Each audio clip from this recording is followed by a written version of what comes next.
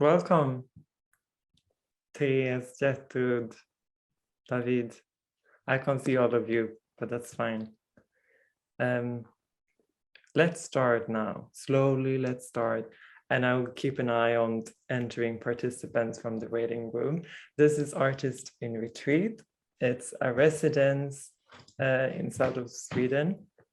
And sort of the core idea of the residence is sort of to explore what residency can be as a tool to be creative, to find inspiration, or how to use that as a node for artistic practices. And this year it's been like hosting a project called Birds Don't Take the Train, But We Do, together with all the artists that are pinned that you hopefully see on this screen together. Let's wave, everyone.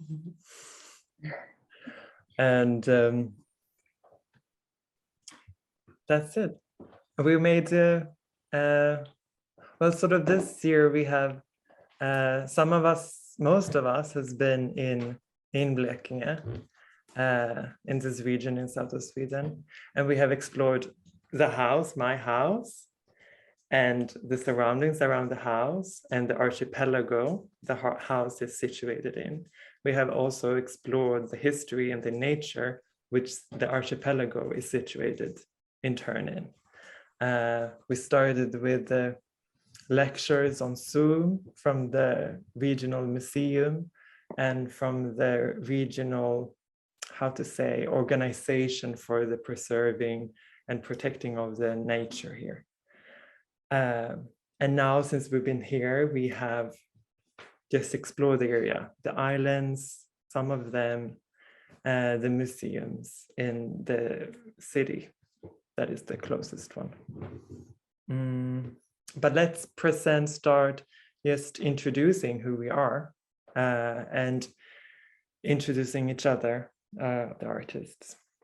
Who should go first? Senia is presenting. I'm presenting Elisa. Would you like to hear Elisa? Elisa is an artist who works. I think this is so fun. And also hard. Elisa, an artist from Asturias, Spain, living in The Hague. She works with, I think as I perceive Elisa's practice, she sort of used water and the structures that both water creates, but also water is part of, as a sort of a metaphor, picture, or method to think and recreate, and also question sort of marketing structures or political structures or thinking structures in our contemporary world. Thank you. Nice. I will write that in my statement. I will now introduce Heaven. Heaven is an artist, a painter more specifically, from Seoul, South Korea. And she's also currently based in The Hague. That's where we met.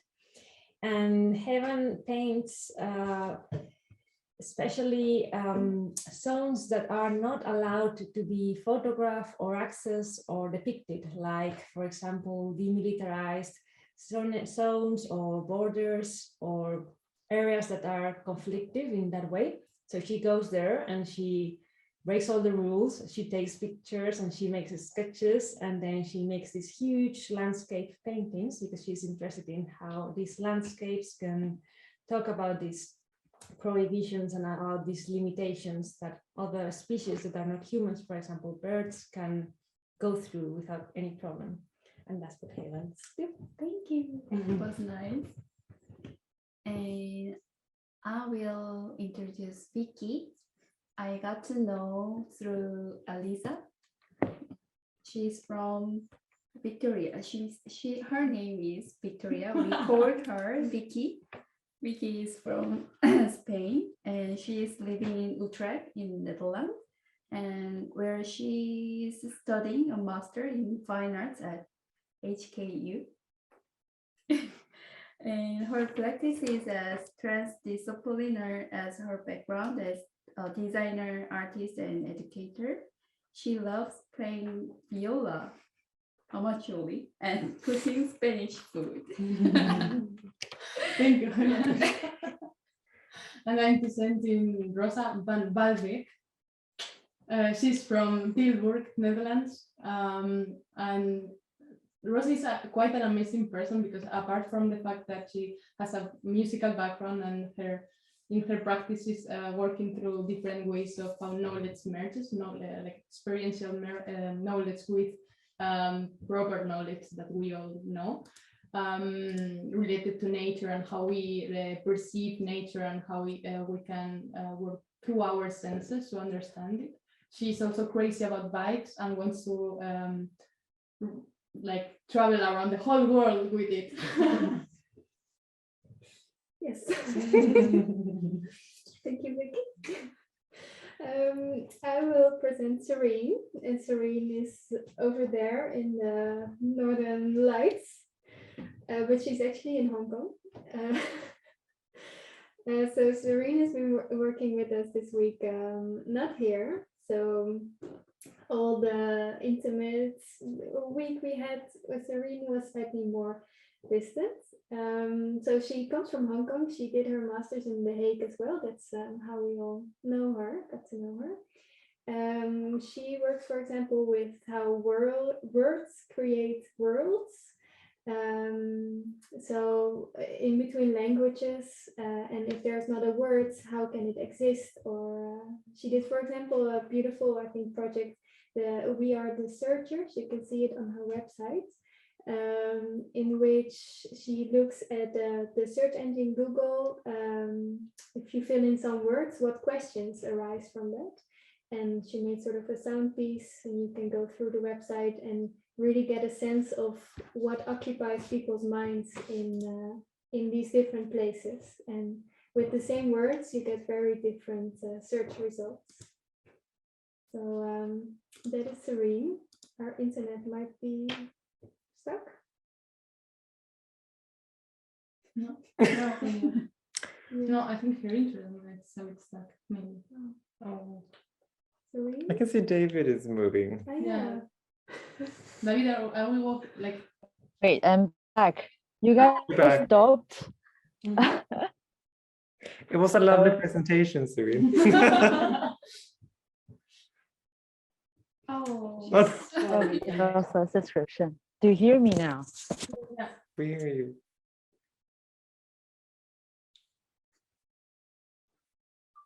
Maybe. We can imagine. No, we can imagine what Serene would say about me.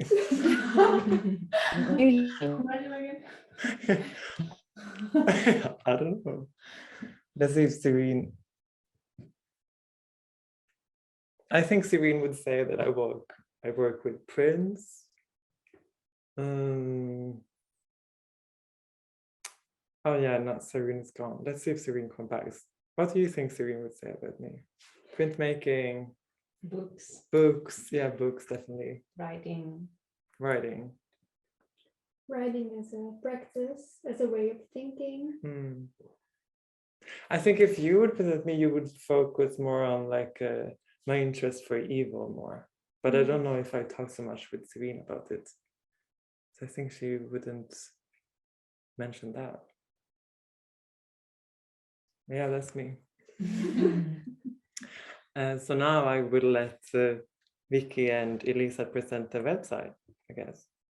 Okay, I can take it. Because we've created a website. Yeah, well, I will share the screen because I think that will be easier, right? No, take off your sound and she takes. Should I open my mic? Yeah. Okay. Okay. Hello. Hey, hello. Can everybody hear me? Yes, all right.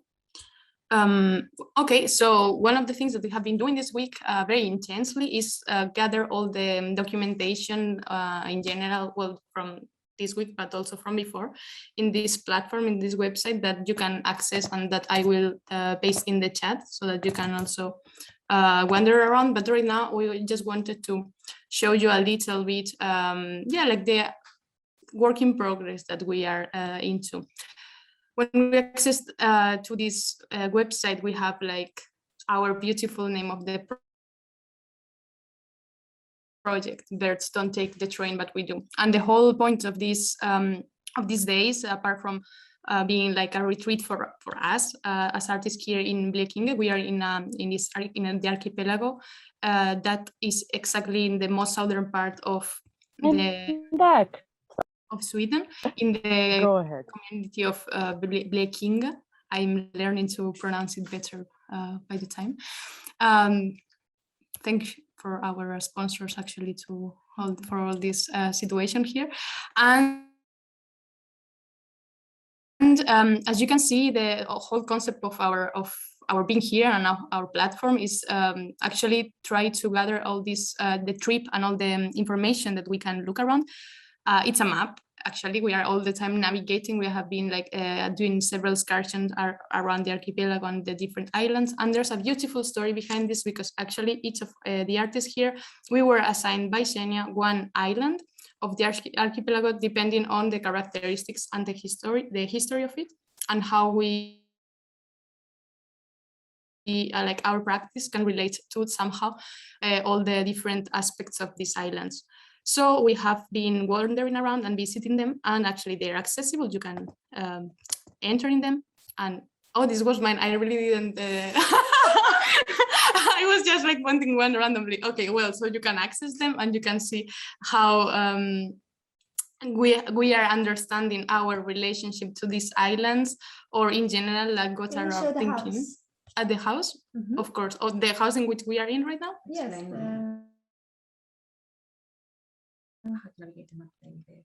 Exactly. Well, let's start then by the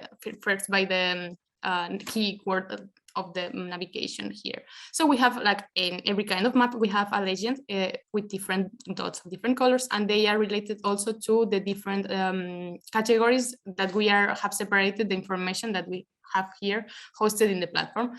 So on the one side, we have our base camp, that is in this part of the archipelago, and it's exactly the place that we are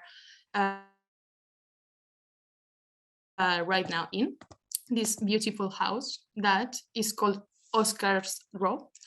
And well, it's taking a bit too start, okay. And with this amazing sketch that Elisa did the other day, we can see all the different rooms and spaces that we are inhabiting these days, and a little bit the different names and beautiful details that it has.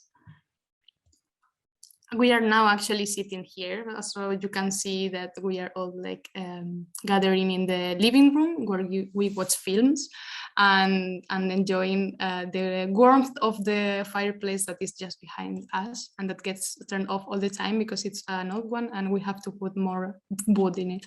And we are also all the time like having this beautiful soundtrack that Heaven in her room here displays every morning when she wakes up.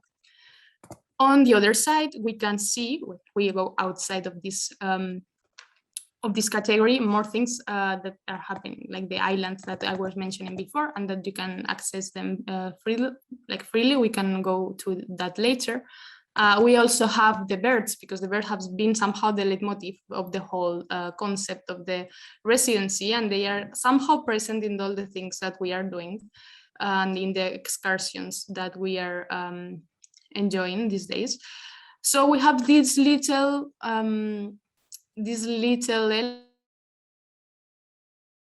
elements here that actually gather a bit the details and the stories that we can find related to birds in different places, like the beautiful artwork that Rosa sent from her place in the Netherlands to here that has never arrived, and that is somewhere around the world, for instance, or some different issues with some not so alive birds that were happening around.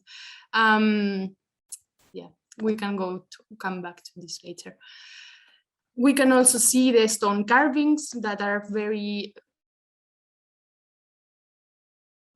present here in Blekinge, because it's like in the forest nearby. There is like this amazing place of old stones, like carving stones that were discovered there, and that we can navigate around all this page, actually seeing these carvings of the prehistoric era, of the Bronze era, if I'm not wrong. Quite magical, and that we are building up here a conspiracy theory that actually we think that is more true than the true one. You can read also a little bit about it later, we will discuss. And for sure the museums that we are do have the luck to visit these days, which I'm not finding them in the map right now, but they should be somewhere here, exactly. The Blekinge Museum, for instance, if you enter around, we were super lucky to actually visit not that much the museum, which also was very nice, but the storage of the museum, which is probably one of the most interesting things that is happening in the institution of museum, because it's actually when all the magic is stored. And we could see this beautiful dog from also thousands of years ago, that was buried there and discovered, and it was very beautifully preserved. And we have actually a very nice connection with this dog right now. More things that we can find here in the website, the different aspects, like the main categories of the contents as such, like, well, on the one side, the about, which is the information of the residency as such, and for sure of the biographies of each artist. You can also go to our websites, which are very, very nice, and will explain much better our works. Just a bit of a moment of spam, sorry. Then and then we also have the program of that I would really recommend you to actually have a look, because we are here introducing all the things that are happening in relation to this hybrid residency, like all the presentations that we are doing, all the different lectures or meetings that we have with different agents here in the field, but also all the public displays that we are going to do. For instance, also Moment of Spam, we are going to do one exhibition probably in December at some point in the Netherlands, so keep an eye on that. We will keep you posted. And the rest of the things are super beautiful content that we have been developed here, like the bedtime stories, which was kind of a ritual that we did one of these last nights, in which we read different stories that we chose, and they were recorded, and you can, if once, you can spend your time to actually just relax and listen to one of the nice tales before you go to sleep. We are also gathering our cookbook, because we are eating quite well these days, and we are sharing all the recipes that we are eating and that we are cooking from all around the world. And you can be very inspired by all of them. Also, we are introducing the main typical dishes from here that we are discovering here in Blekinge, and that are very, very nice, such as these cakes and reindeer, which was the first time in my life that I tried it. Also vegan reindeer, very good. And finally, we have created a little category of some of the beautiful sketches that we have been doing, inspired by the nature here, like these amazing sketches of Elisa that present here some of the little things that the details that we are enjoying in the area, like this stone carvings that I was mentioning before, or one of the houses in the islands, or a beautiful landscape in one of the islands with some of us around our house, and birds, and then beautiful and super interesting sketches from Heavens and her cosmic rays and cosmic people, and some of the figures that we were discovering these days that I also gathered in this in these notes in my notebook. And I think that would be it from my side. I've spoken too much, I'm so sorry, but I hope that you can navigate around, because in the end, the website is just for that. Well, thank you, Vicky, for explaining and showing us. We have some topics we gathered from this week, which we would like to discuss with each other, but you are also very welcome, of course, to ask questions or to add or to just ask us if you know or want to know anything. Maybe we can start with a bit before the residency. We talked quite a lot about how we see the area while we were not there yet, because we had, as Xenia mentioned, we had these lectures about the area. And we talked a lot about, okay, how do we see this place where we have never been? What is our image of it? And then especially now when we are actually here, did that change? And for Serene, who is of course not here, but still in Hong Kong, getting sort of all the information in a delay, how that was like for her. So I think that will be the first topic to talk about. How do we see Blekinge? How do we see it now, or how did we see it before? Both. You can talk about the difference between them, or maybe it's exactly the same. I know, for me it's completely different. Yeah. I think it changed. Well, I always had like this kind of perception about it being like a fantastic area somehow. I don't know why, but And now you think it's shit. No, I was relating into fantasy is what I mean, and now I think that is very fantastic for sure. But also like it for me, it has I also maybe it's like this is very personal, but I kind of discovered somehow a layer of nostalgia or melancholy in it that I wasn't expecting to sense before. But I don't think it's shit. I really like it. I'm happy about being here. No, the whole landscape is really beautiful, and I think that in general, like you can really sense the like the history and the presence of a strong tradition somehow around. I think one thing Xenia was very wise in doing is that she didn't reveal much. Mm-hmm. So she didn't send us pictures. She didn't told us to do very deep research about this. So this was quite a mystery. And I think this was such a great strategy of you to have us all kind of daydreaming about what this could be or not. And in my case, I had been previously in Sweden, in Stockholm, but of course this has nothing to do with what I lived there. And I also kind of I continued myself this strategy you were making, and I didn't look for pictures either. So the first time I arrived here, I was with fresh eyes. So I was surprised by the colors of the autumn, because all these trees here is the kind of trees. What's it in English? Oak. No, leaf trees. So in this week, I think we've been the best week possible ever, because when we arrived, all the trees were completely like in fire, like red or yellow and very bright colors.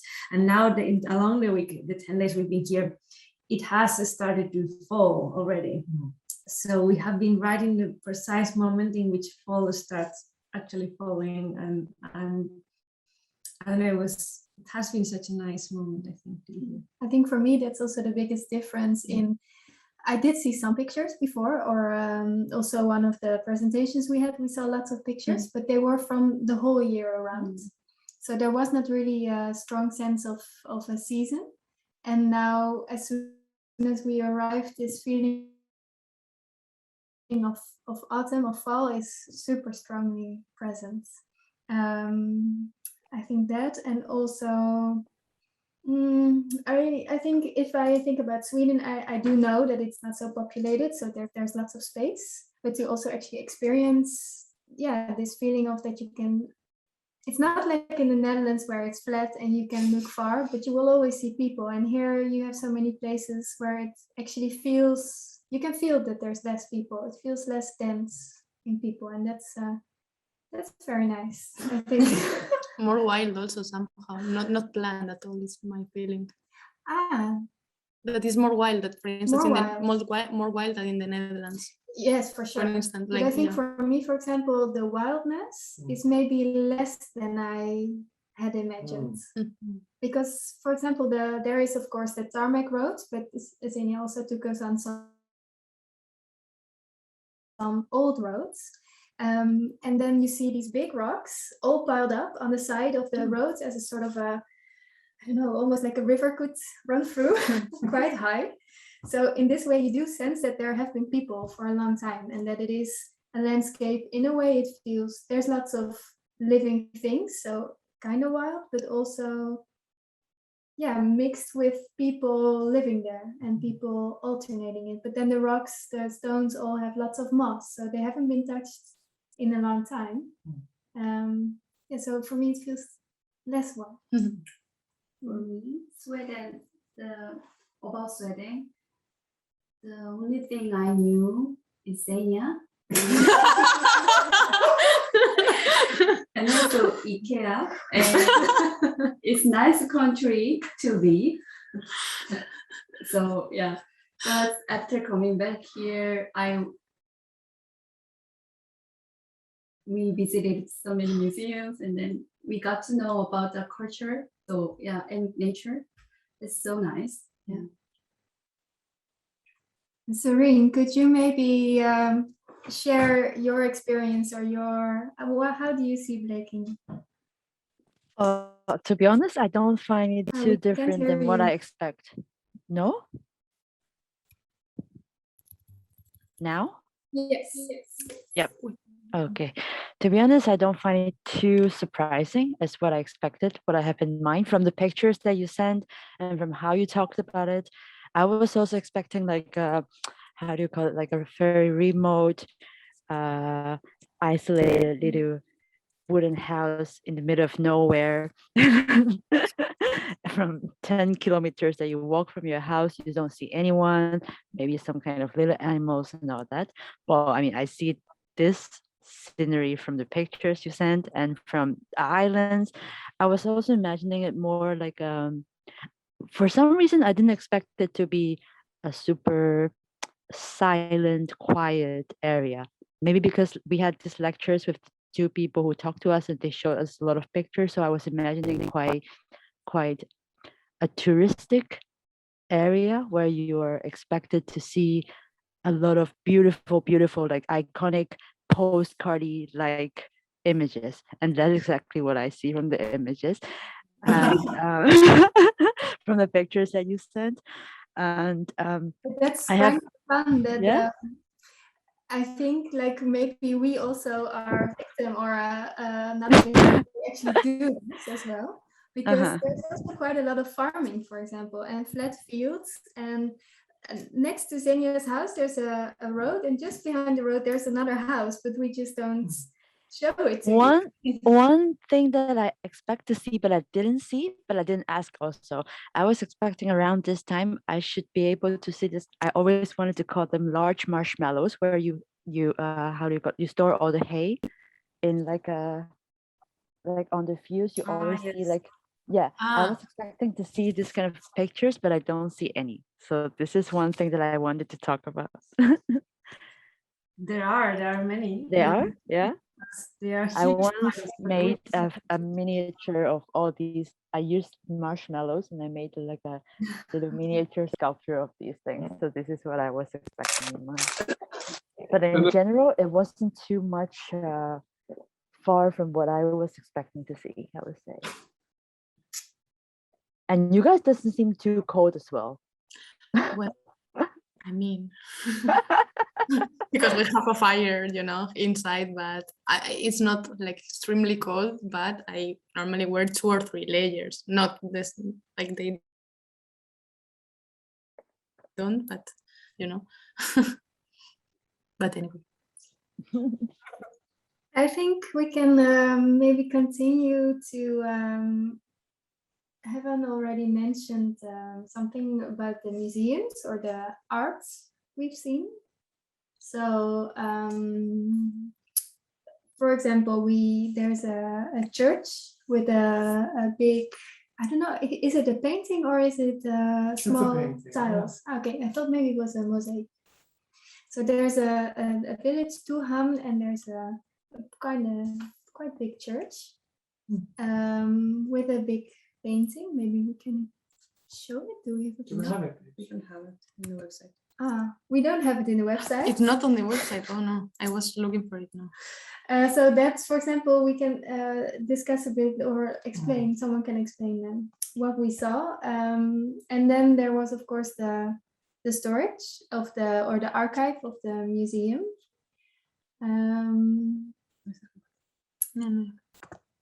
Let's see. Maybe first talk about the. We don't have to focus on the the church painting, but I wanted to show it, I guess, because I don't know. It's in a style that I only connect to sort of communism, or like it's a Jesus figure between like fishers and farmers. Sort of stuff. The colors were very humble Yeah, a that's positive true. way. Yeah. So Very if- pastel. if you see that, I have to act like kind, like humble. And in the museum, I didn't see look so much at the paintings. So the some context, the archive is like it's a place with, what did he say, more than 6,000 artifacts, and it ranges from like archaeological small flints which they found to all kinds of house equipment and sports equipment, boats. They have a big boat collection. There were tools for example, the eel fishing, which was a big thing. There's one special thing, the dog, but I think we will talk about, have a separate part about the dog. What else did we see in the museum? They had like in general a lot of fabrics and clothes from different areas. Like the whole collection is based on things that they have been found in here in the Blekinge area. So in general, you can have a glimpse of all the different like the daily life of the people that was living here since probably in general since forever, but they were more particularly based in the previous 2 centuries somehow. And you could see precisely like from house equipment and until they have also a big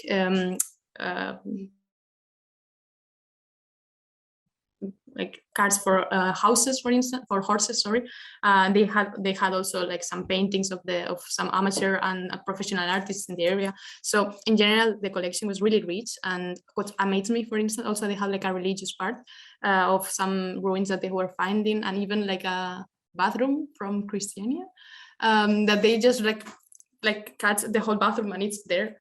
Yeah, that but was quite recent. yeah, It's like exactly. a place where a lot of people used to go dancing, and it's like this one of these toilets with lots of graffiti, not really graffiti, but people Yeah. writing on it, names, all kinds of completely taken over by the people visiting the place, and they sort of cut the toilet block and they put it in the archive of the museum.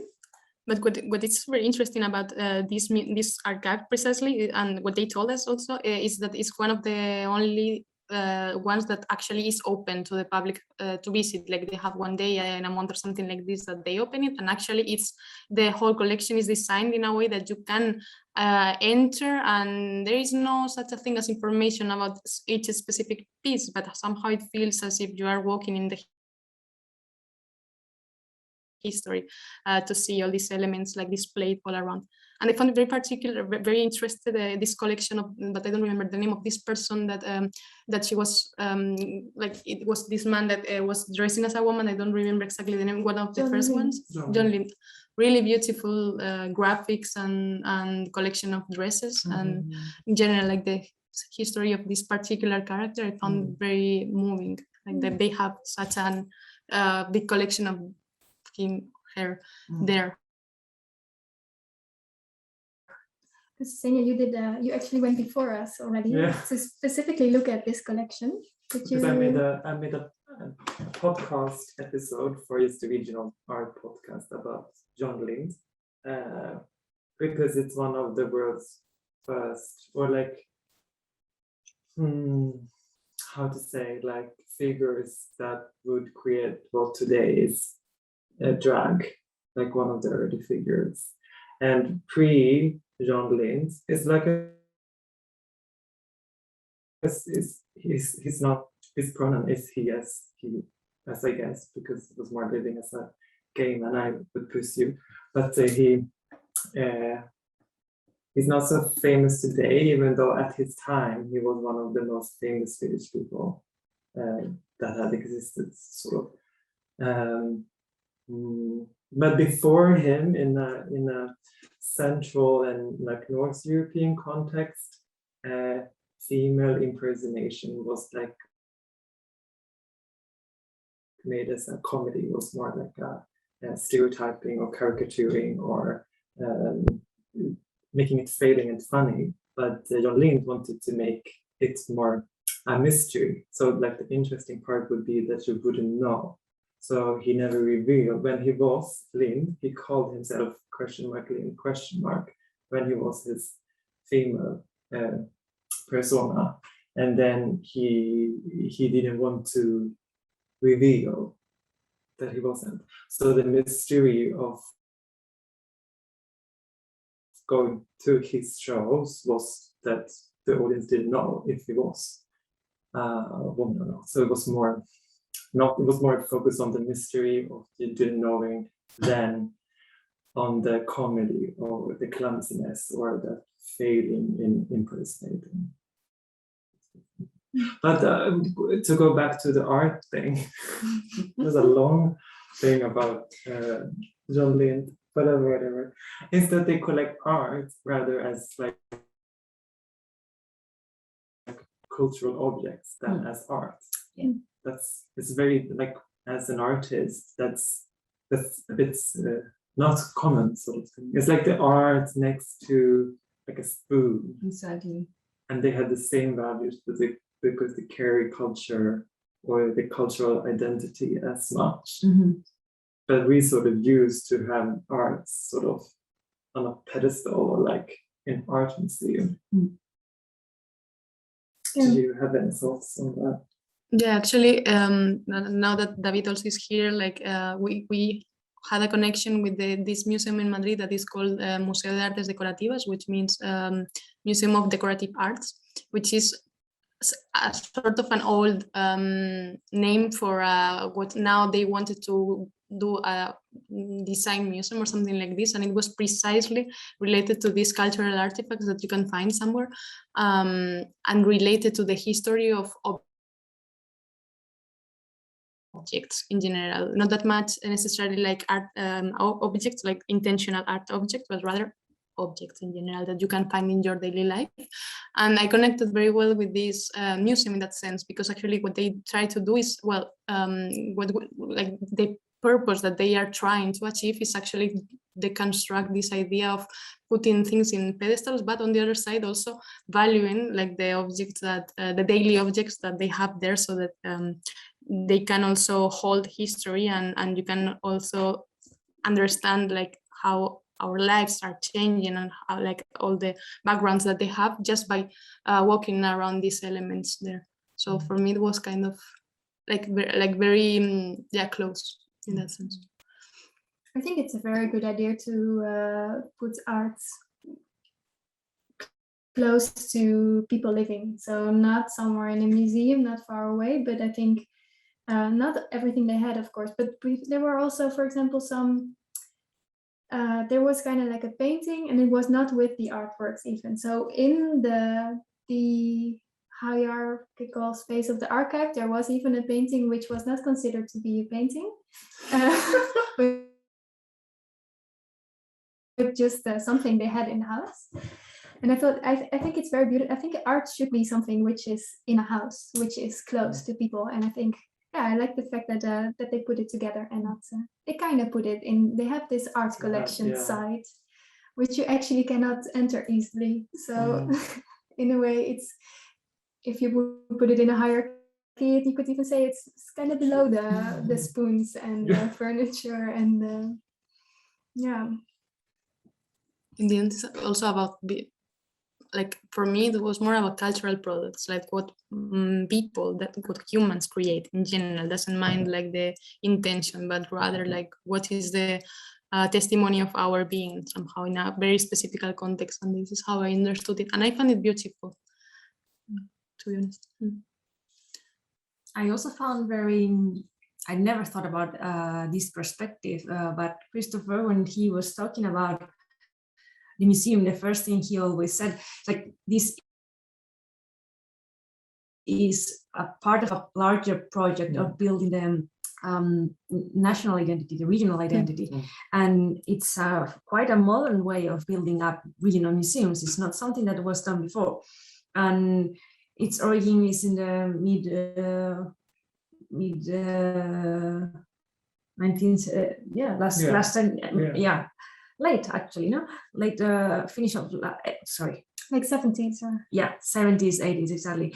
And the way that he acknowledged and put into words that this is a construction that we're making, and we are gathering all these artifacts with a relevant story or with something that we consider is relevant for the construction of an identity. I found that that very intriguing and potentially problematic even. But I think he had these question marks as well. Yeah, but the way he was opening and starting the presentation with the problem at hand, I found very, very interesting, and I was very grateful that he did, because sometimes or most of the times, this is something that remains hidden. It's not part of the discussion. Museums don't put that in the front, and I really like that he did, and it was a different way of entering the museum, not as a unquestionable institution, but all the way, like, we have selected this, and this is a curatorial process for a region. I found that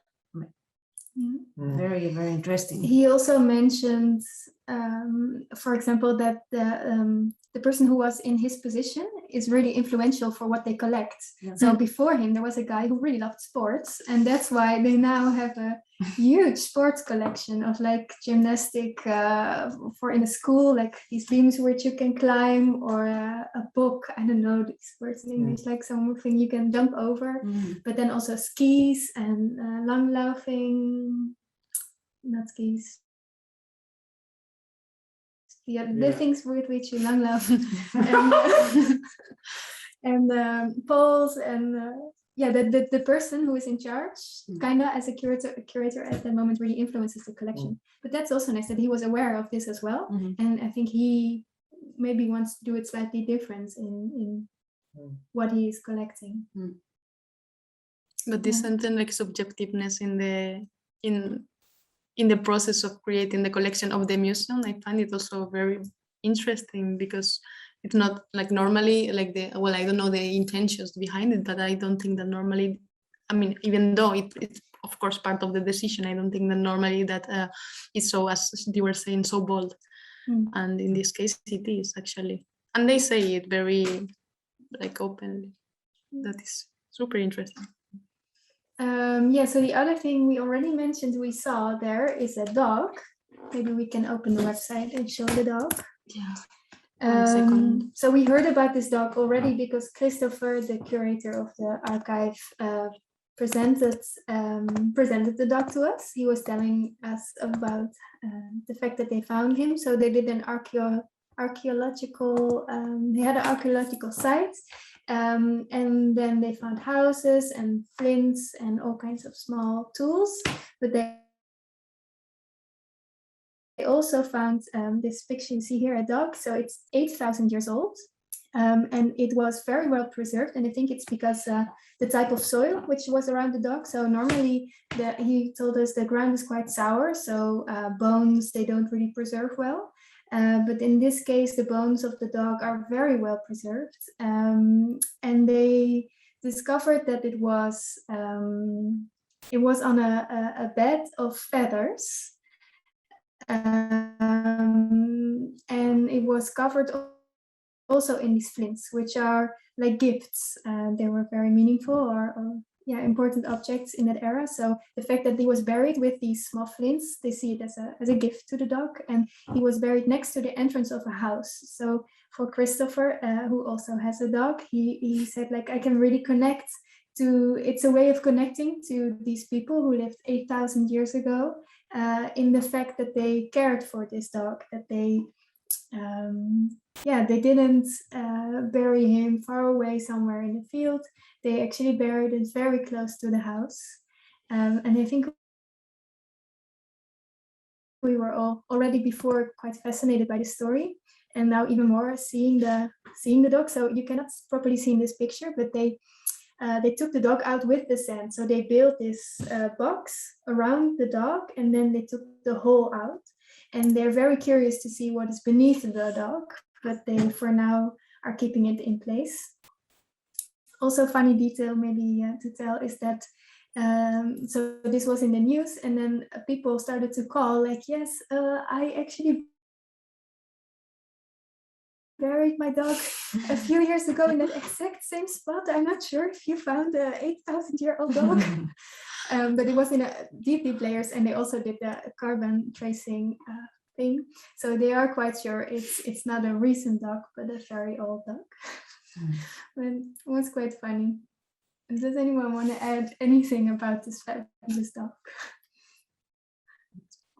No, I mean, it's for me, it was very moving. I don't have a dog, but I can totally connect also with the fact of people like being so connected with this probably this animal that was probably part of their families, and introducing these gifts as if it was like like a ritual, like this son of us or something, like he's passing away, let's put him on a bed of feathers and display like such a ceremony probably around it.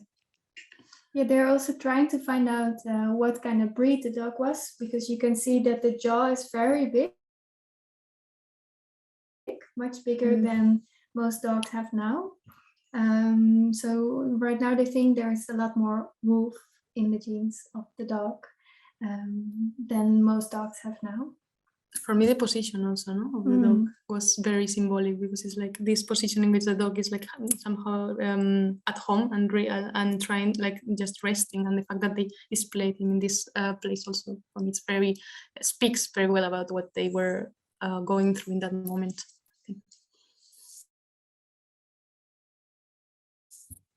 3 years ago, my dog passed away, so we buried her with toys, her favorite toys. So I was such moved when I saw it with the story.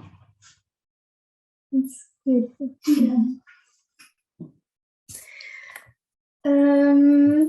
Let's see. Does anyone? We have some. So Vicky already showed us, for example, the cooking. So we have the recipes we've been, the stuff we've been eating. We've put it in recipes, as well as the bedtime stories projects we did. We can talk about that, but maybe someone already has a question. I think we should talk about the stone carving. Yeah. Completely forgot the stone rock carving theory. Yes. Wait, I'm gonna. You're going to perfect. Go for it. Yeah, so we had the dog, and now we are gonna go to the eels. We are spreading fake news. Like right close to the dog in the very same museum, there were these tools. You can see if I'm showing the screen, and this sort of artifacts that were used to fish eel, because eel is apparently a very important species here. It was based on the diet of many people, and now it's an endangered species that is protected. We actually, Xenia was trying to get Rosa kind of a day with a guide in this protection zone for eels, but we couldn't really make it. But the thing is that we saw these utensils, and before going to the museum, we had been in this Horsehallen place, which is the place where in the Bronze Age they were carving little drawings or symbols in the stone. There is a beautiful big stone in the middle of the forest. You arrive, and then in the stone you can see the drawings, that are very similar to the ones that are here in this page. And there are several interpretations, And the most popular one is that these drawings, we don't have a picture of a proper photo, were boats. And this is apparently a symbol that is very replicated all around Sweden, that this is a boat, and the little lines on top of it are the people that are traveling in that boat. And then there were other interpretations, and the most striking figure that can be found in these stone carvings is this sort of slender man or person. It's not a person, they call it the worm. It's some sort of, according to the archaeologists, it's a combination of the sun, which is the round figure on the top, and the boat. So the boats carry the sun, and it's a very symbolic the journey between life yeah. and death. And yeah, and then we were a bit intrigued, like how do the archaeologists actually made out those meanings just from the stone carvings? No, because the boat we could tell, but these worms, which are quite contested and quite intriguing, we weren't quite sure. And then we were in the museum and we realized that the bows were actually exactly the same as the tools that were used to hunt and to fish the eels. No, so we started kind of, what happens if this, the whole kind of archaeological official version is wrong, and this place was an eel market, and what we are having here are the tools, no? And instructions to fish and to hunt, and the eel was probably a very important thing. And actually we started even recognizing little eels in this kind of figures or worms, no? So we are kind of hoping to develop a bit more our theory and take it further, and hopefully it will be we can take it to the Smithsonian Museum. Museum now. Should I share the pictures? Yes. Yeah, go for it. Big fail of the website though.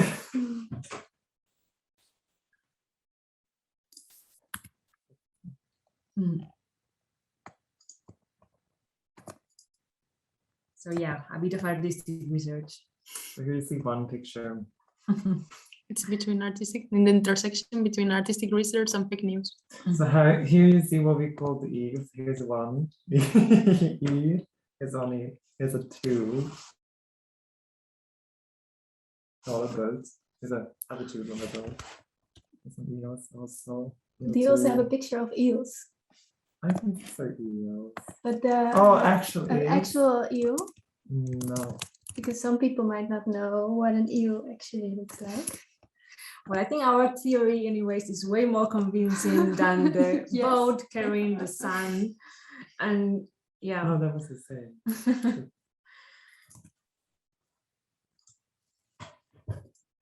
Here come the eels. No. Well, this is a space, but the eels. Actual eels. I have actually one of these. A Let's see. picture. Find it. We're going to see eels. Look, Sima is very curious. Yes. It's, I mean, like I didn't know what eels were actually until I had to search it. Yeah, but asking the public, isn't it more convincing? Like the tools are exactly the same. Yes. Yeah, thank you. Thank you. I think that we have to popularize this theory much more. Because really, like, I mean, I'm totally into, you know, like carrying sands and going to the limbos, but I think that maybe it's easier, right? The eel is How is the eel situation? called Will we have to fish? And Xenia is now running towards the sea to take an eel. No, I wanted to film a picture because the museum also has a large photo collection. So I wanted to share here. No, I'm not sharing. Yeah. Share. There we go. Here. Eel on one of its two. Ah, well, that is a hardcore. I thought that you were. You can put with the carving picture. I don't know how to put it, but they can imagine. Yes. Stop sharing. This is Yeah. Well, this was probably the most important discovery of the last 100 years in Blekinge. Yeah. Change the history. Also, the fact that in this region, it was probably one of the most important activities of the, like, for people actually, for surviving, no, in general, like it was part of their main diet, because also what we saw in the museum is that it was full of not only this kind of fort situation, but also they had like these big cages of different kinds to maintain the yields inside. And actually some of the carvings were this kind of forks, but also this kind of cages. So we were like, okay, maybe it's here something that that we haven't thought about. But anyway, what else do we have for today? We have the fact that we've been sharing is not a very big, not super small, not a very big space, and we have 2 Spanish people and 2 Nordic country people and an Asian Korea people, and that we had some difficulties about when to eat, like what times to eat. Yeah. Some people wanted to eat later or earlier, but I think we managed quite well with the whole situation. We didn't fight. Did we fight? No, we're non-belligerent people. On what? We don't fight. So if you want to know what we've been eating, we made a cookbook on the website. We described our recipes.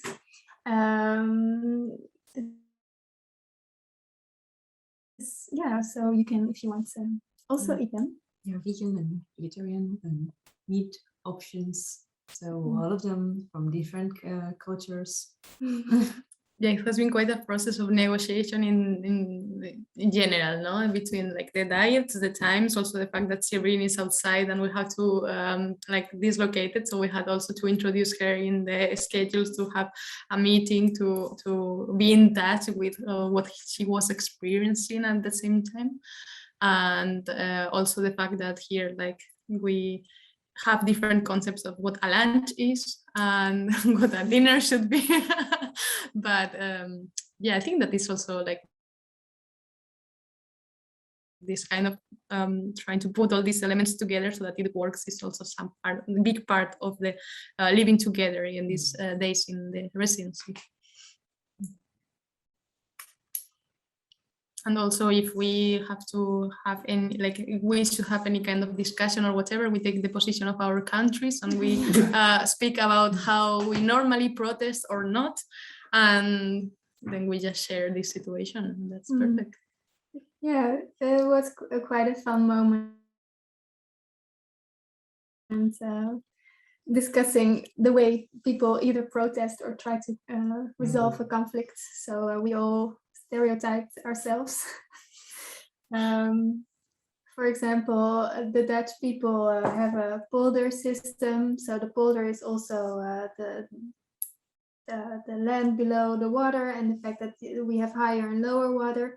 But then the poldering as a political model is that you endlessly talk to each other and try and find sort of a middle ground. So we talk a lot.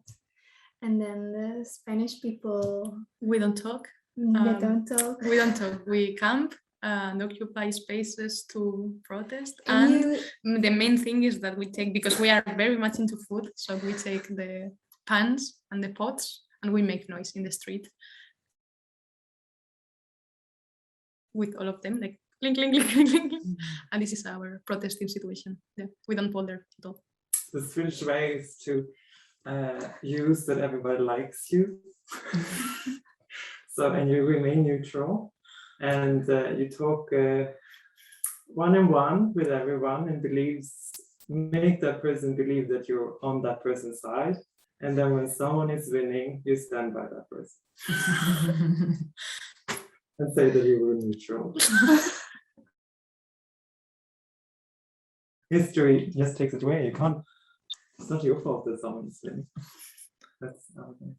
And Korean one was very good. Yeah, we have quite peaceful method, like bring the candle, we go to the spell, and then yell or sing a song. It's so beautiful. Yeah. Serene, how is it in Hong Kong? Wait, the Korean one, I have doubts. I don't see this. I think we are in the same alliance. I don't see this protest in the Korean news. Well, I mean, maybe some years ago, but the past decade, I think you guys are more like not aggressive, but you're also strong and um, very determined. I mean, same as us. I mean, people here is just whatever happens, they go on the streets, they occupy the streets, they make everything stops, and that's it. Because they know that the economy is the biggest access they can fuck up with. So everything stops, transport, no metro, no buses. The whole district is completely occupied, and that's how they ask for something, which is quite effective actually. Nice. I think And maybe why things will happen here. Everything that you can imagine and you cannot imagine is happening. Go ahead. Yes. oh, sorry.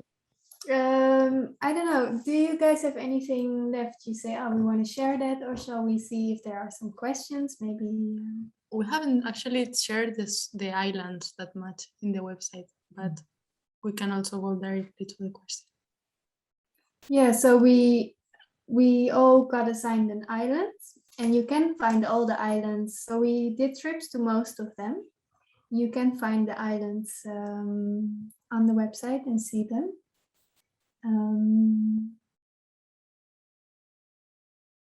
And it's one of them has a different story or a different kind of documentation, because we just gather what were our impressions also related to our practices and things that we are developing, and in general, like all the thoughts that these islands were triggering in us. But also we have been like jumping in the rest of the islands, having like added some elements there. But I think it's beautiful that people can just like go under through them. Yeah, I think maybe Serene could explain a bit how she did it, because her position was a bit more difficult. First of all, I go on Google. This is what how you ask for anything that you don't know. You go on Google, you type the name, and I see everything that I can understand, and I translate it in English. But actually, there's not much information. I saw on Instagram, I put the, how do you call it, the English, the coordinates of the map of the island. I put it on Instagram. There's only 6 photos like, throughout the history of Instagram. And well, I think I was asking myself a lot of the times that how do you imagine a place where you have never been to? But then I was thinking actually it's the same for you guys, because nobody comes from this area, and we also just imagine, and whatever you see is actually part of your assumption, or I mean, what is maybe very general, but it's actually true. Like how you see the place is actually based on how you understand it, how you based on your knowledge that you have prescribed in your mind, kind of. So you kind of picked what you're looking for in a way.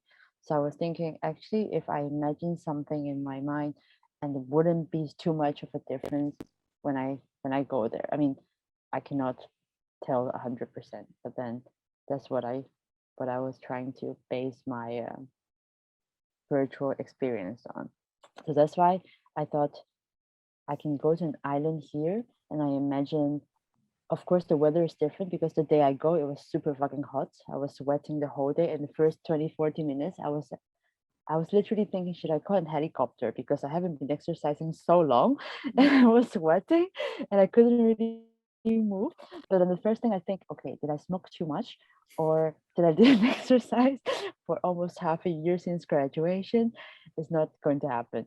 But then in that, I mean, in 1 second I was thinking, okay, but then I remember, like long time ago when I was in Sweden, in Malmo, I remember I went also to an excursion. I forgot the name. I totally don't remember where it was, but it is in the far north. I mean, almost near Lapland of Sweden. And I remember exactly almost very similar feeling that I have is that I kind of lose breath, and I was not suffocating, but then I was feeling this uneasy and difficulty in breathing. And at that moment, I was also like totally not exercising, not moving every day, just staying in the studio and all that. And suddenly this kind of weird moment connects me, and it brings me all these memories back when I was in Sweden, like really long time ago. And and yeah, and I started to imagine stories. And I was thinking while I was walking on the trail, I was thinking, if I were in Sweden, what would I see? And I look at the pictures that you guys took. I was really thinking, hey, but this is just like this is a summer version of a place that I've never been to. While you send pictures to me, which shows like a winter version or more like an autumn, like another season of the place. So I totally like in my mind I compiled the whole story. And yeah, I always like to think in this way, because how that's why I was also talking the other day with you guys about this kind of weird time situation, because I was always ahead of you, but then every time when I received updates from you guys or images and videos, it was always after your excursions. So it was always a delay, but then in a sense, I was actually ahead of you, but then it never matches the time. Like even though I received messages late, but then it was not the time that you were there. So it was a weird out of time control situation here. And I was thinking about this. I don't remember where I heard this, but then it was always in my mind that you don't imagine, like people always say, we remember the past and then we imagine the future. But then actually you don't remember the past, because every time you're thinking about something that happens, you think about history, you are at the same time reinventing. So like it's just like if you say to somebody, if you try to recite a story for a person, like if you do it 10 times, it will be 10 different versions of the story. So because every time you try to remember something, you add in new elements, and then you maybe change how the sequence you talk about things, and you kind of reconfigure and reconstruct the whole thing again. So every past memories is also an imagination in that way. So that is how I see our relationship in this whole experience.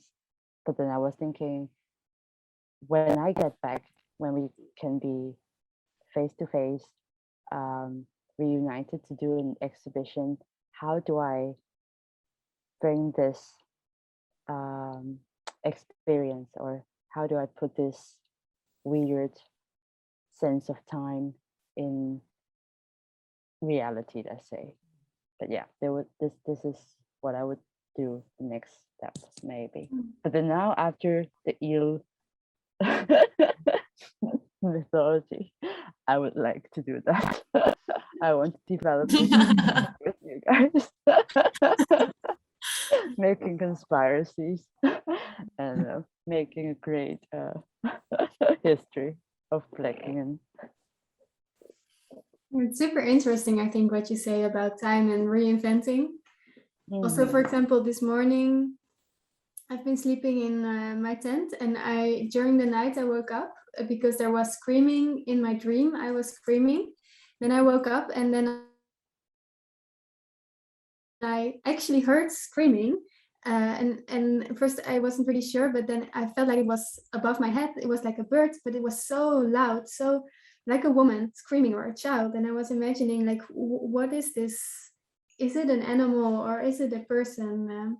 And then at some point I was pretty sure it had to be an animal, but I was very sleepy, so I also didn't record or anything. And then in the morning I came back into the house and I told, like, yeah, I had this dream. And then I woke up and I'm very sure I heard the sound of a bird screaming in the night. And then I was talking to Xenia, and we were looking what kind of bird it could be. So I'm completely convinced it's a barn owl, but the barn owl has only been spotted in Sweden in this area 2 times in the last 5 years. So Xenia says it's really not possible. But then every time, the more we spoke about it, the more you're starting to doubt, like, what did I actually experience? What is this screaming sound? Or was it maybe a fox, because they also have this sound which kind of comes close, and the more you talk, the more you listen, it gets like diluted with all these different opinions or experiences, and it's difficult to really recall what the actual experience was. Maybe at the end it just Yeah. happened in your dream after all. No. But it's very good material for a good story, actually. So Yes. Does anyone have a question, or does anyone want to engage with us?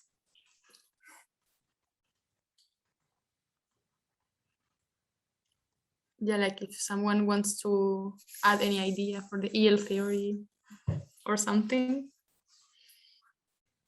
Or have any thoughts around the regional museums approach Hi. to identity? Yeah. Hey. Hey. Hey, it's nice to see you guys. I wonder about this. Maybe it's unfair, and maybe you talked about that a bit. But I was wondering about It seems like the archiving process is kind of a big thing, and I wonder, like, if you have plans with this archive, or why you're making this archive, basically, in the form of the website. Yeah. So the website is sort of both like a it's like a place in this case. It's sort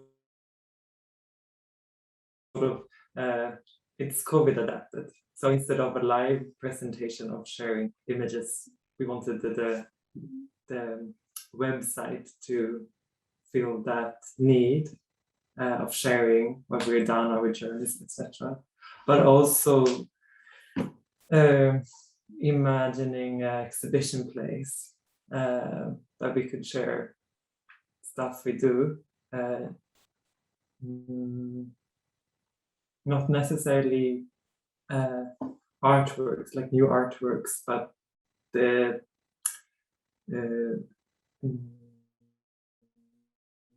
creative output and input, the inspirations, sketches, thoughts, to sort of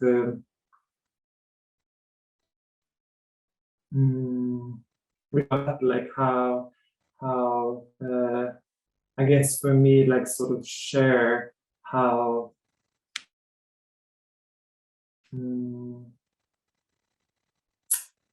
that artistic practice is very tied to this ordinary day life. Like it's involved in people you meet.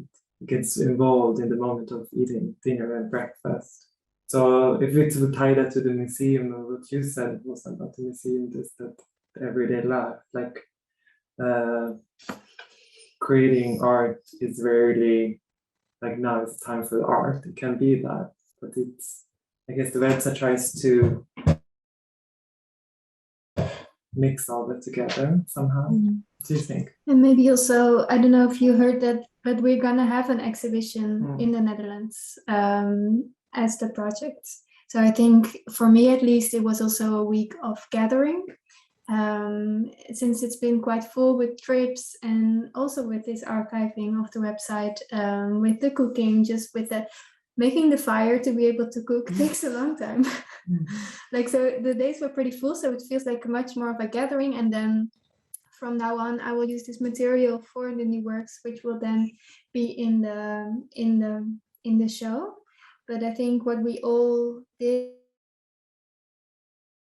it is not, it doesn't really feel separated from our practices, more that we have continued what we have been doing here. So it's not like now we need to make a work for the project. It's more that all of our works kind of relate to the place or not, or the place also has infiltrated maybe what we have been doing or what we will do. As I've seen the website or archival project, I was very interested by how we did it together quite organically. I would say that this residency is, Seni is the main organizer. She is the 4th edition and she has done 3 previous ones. And this is the first one. Correct me if I say something that is not the case, but my understanding is that this is the first time you do it in an international way. So this time you got a bit more funding, and your idea was sharing, not making a conventional residency for a few artists to enjoy, but also to share the responsibilities of you as an artist and art practitioner, but also not curator, but art worker. Sharing those responsibilities. And I thought that approach of you was also very nice because you engaged with us from the beginning. Of course, you already had your funding, so there was a part of the process we weren't present with, but since very early stages, we were already taking part in the debates, in the how do we approach the territories, and now how we tell about this, and we all kind of decided the way that the website would happen. And it was quite an organic process, so it's pretty much a collaborative artwork because each one of us took the lead in different parts of it, but then each one of us also collaborated to all the others. And all the pictures are not named by who took them. We all just took them and we composed them, and we use materials of our own, but also of other people. And in that way, I think the website is an archive, but it is also kind of work in progress, collaborative work in progress that can be seen as an artwork if one wishes to do it, can be seen as an archive, can be seen as a communication tool, but I think it's a nice construction, whatever we call it. It looks very nice. Yeah, sort of, yeah, thank you. That's good. No, but because in the previous residencies, then I've had a more, I would say, steering role, like but then I've just been able to focus on one-on-one with artists, because then I would just have it through, and then just. But then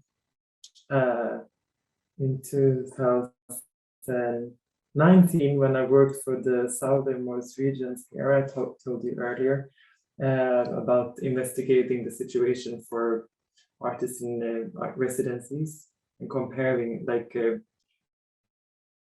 regional one and artist run one. It was very common for the artist run residencies. I think this can be applied to a lot of places in Europe and not just southernmost Sweden, but the artist run residency tends to only last 2 years, because the first year it's run very good, and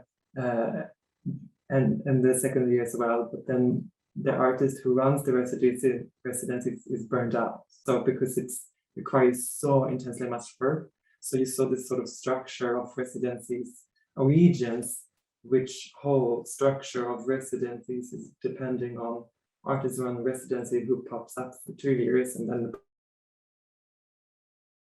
burns out, and another artist comes up and burns out. And on some places you have this regional funded, which gets tons of money and can hire a bureaucrat who does it on like 8 to 5. That's my working hours because I go up as well. Yeah. So I thought, then I talked with the regions here. Can I make the try sort of to invite our artists to sort of know some more, some less, and try to play with that structure of inviting early, and rather than inviting people to a residency where everything is planned beforehand, sort of invite artists to create the residency. And sort of for me, the role for me has been how to sort of negotiate that role of being a participating artist, but also sort of juridically responsible to all the tasks that the region and the municipality and the art agency has set up. So that's still something that a structure that maybe needs some change, but also in the funding system, because the funding system is works well, but everything can be improved.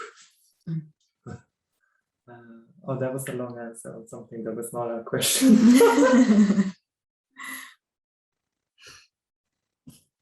But thanks for the question.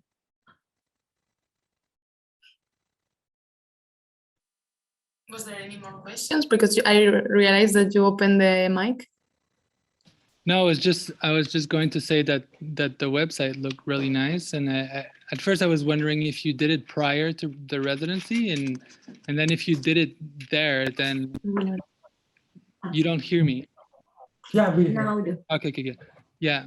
I was just wondering, because you talked about these things that you did, but you didn't mention like that other thing that you did, which is like self-representing the residency, and it seemed like it was quite a big thing in the process, or maybe it's easier than it seems, but the website looks really nice and really, you know, kind of intricate, and yeah, but I mean, yeah, nothing more to add. Oh, thank you. Thank you for that. Thank you. Yeah, It was hard work, I would say, on the website. I don't like being on the computer. I got nauseous today. But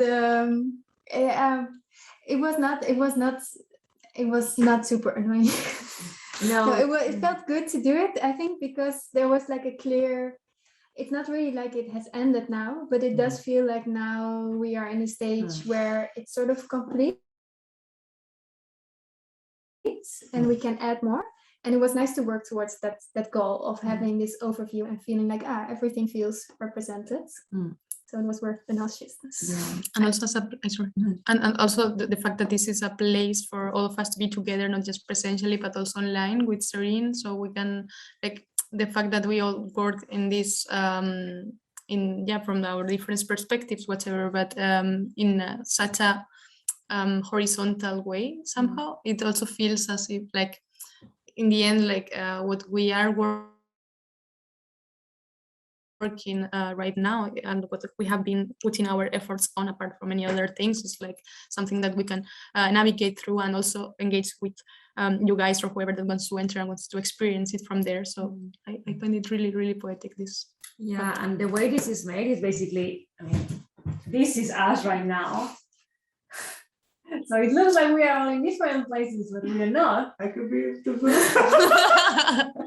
So that's how we have been making the website. Exactly. And it felt, yeah, it was hard work, but we were all giving support to each other. So none of us love making websites, even the less with hot glue, but it was kind of fun after all. And the fact that it was a map was a design choice that I think it was right, because it made the things way easier. So that kind of proved to be a smart idea. No, I would say it is the best hot glue website that I have ever engaged in. I used to hate hot glue. Like in the beginning, when you guys picked hot glue, I was like, I'm not sure. But then, I mean, from the first layout that you have with the map, I was like, yes, looks really beautiful. And I keep sending to friends, and I was like, look at my friends. And they're like crazy on the graphics and stuff.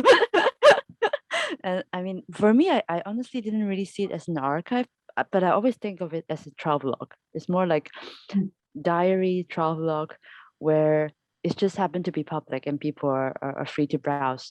And I definitely don't see it now as a end of an archive process, because I still want to add so much more things. And I think it can go on until the exhibition, I guess. And then let's see how we can transform it. I don't know, but I think, yeah, it is more like I would call it anti-travel travelogue, more or less this way. But yeah. Should I finish? Should I? Yeah. We want to say thank you, Region Blekinge. Thank you, Karlskrona kommun, municipality of Karlskrona. Thank you, Konst Blekinge. I should have said this in the beginning. Well, I no, no Do worry. it, do I it. showed the. I show. cannot You pronounce. can it, edit but it. don't worry. Thank you so much. And we hope that we can sort of, that this website can sort of share the knowledge that we have created about how to do this, what we're doing as artists, as residents. Well, bye. Well, and thank you very you much for for coming. coming and for participating and joining in this afternoon, evening for us here today. So goodbye and keep browsing. Bye. Bye, Papa.